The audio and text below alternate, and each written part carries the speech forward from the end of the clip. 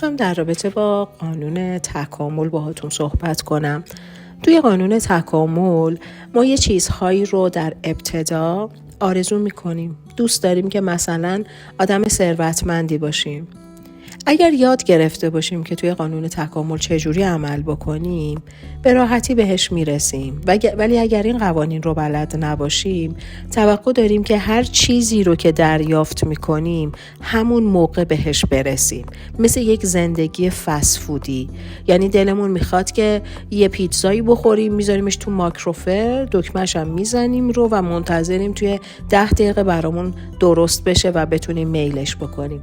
ولی توی قانون تکامل به ما چند تا چیز رو یاد میده. یکی از مواردش صبر کردنه، یکی از مواردش اینه که بزرگ شدن و وسعت روحه، یکی از مواردش به اون چیزی رو که میخوایم بهش برسیم باید به اون قانون باوره برسیم و باور وجودیمون نسبت به اون مورد خیلی محکمتر و خیلی اساسی تر بشه.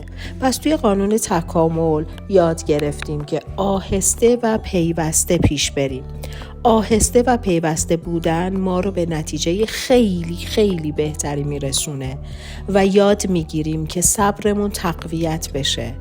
قانون تکامل کمکمون میکنه که به خواسته هامون و به آرزوهامون به راحتی برسیم، چون انقدر تمرین کردیم، باورمون رو تقویت کردیم، خواسته هامون رو اعلام کردیم، اون علفهای هرز کنار خواسته هامون رو زدیم تا به نتیجه درستی برسیم و توی تکامل این خواسته ها تکمیل میشه.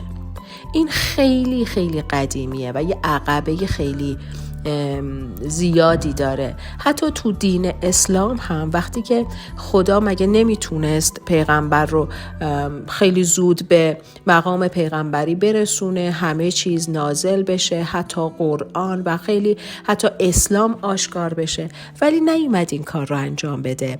اومد برای ما یه گنجایش روح گذاشت، یه وسعت روح گذاشت و اومد یواش یواش همه اینها رو اعلام کرد.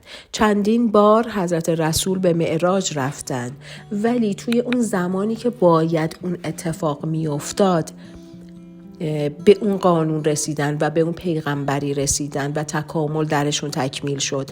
3 سال مخفیانه اسلام رو داشتند تبلیغ می کردند. پس توی قانون تکامل برای همه آدم ها اتفاق می افته و ما برای رسیدن به اون خواسته هامون باید مثل نقشه گنج استپ بای استپ پیش بریم. یادتون باشه یکی از چیزهایی که توی قانون تکامل خیلی مهمه آهسته ولی پیوسته رفتن.